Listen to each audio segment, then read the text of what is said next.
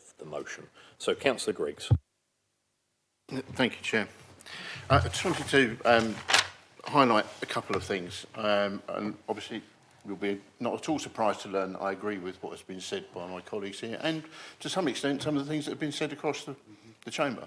You know, we recognise that this is a budget that we could agree with an awful lot of, but it's always in the little bits, the small detail that's the issue.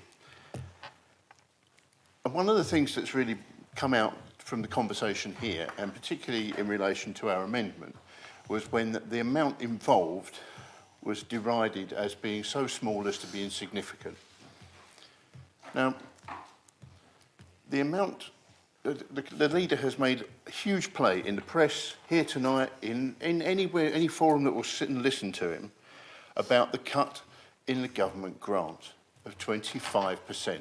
Now, 25% does sound like a huge amount, but it's actually, when you put that in cash terms, it's even less than Councillor Perrin was talking about as being insignificant from the councillor allowances. So let's just get that bit cleared up, shall we? Now, I want to just have a quick word about housing. I'm really not going to keep you long on this because it's just, you know, a lot has been said. On the housing, the leader will know, and he tells me frequently that he shares the passion that social housing, there is not enough being built. We need to do more. We really do. And there are promises in this budget of projects to come.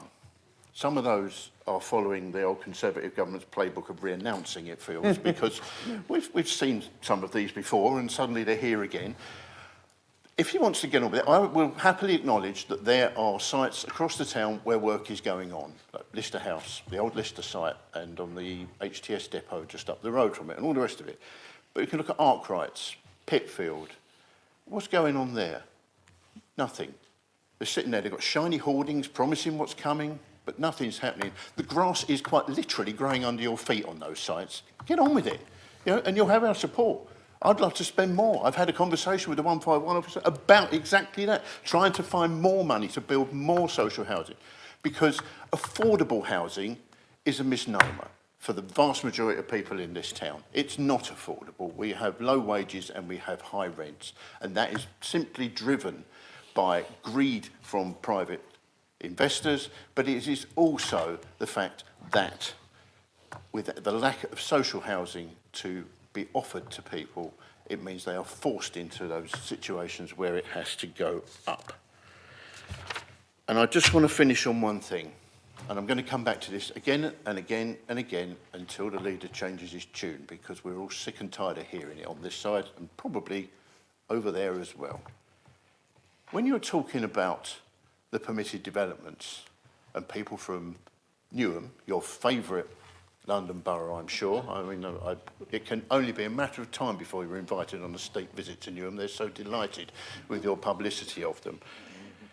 When you're talking about those people that come here, remember two things. Firstly, all of that permitted development was under your government.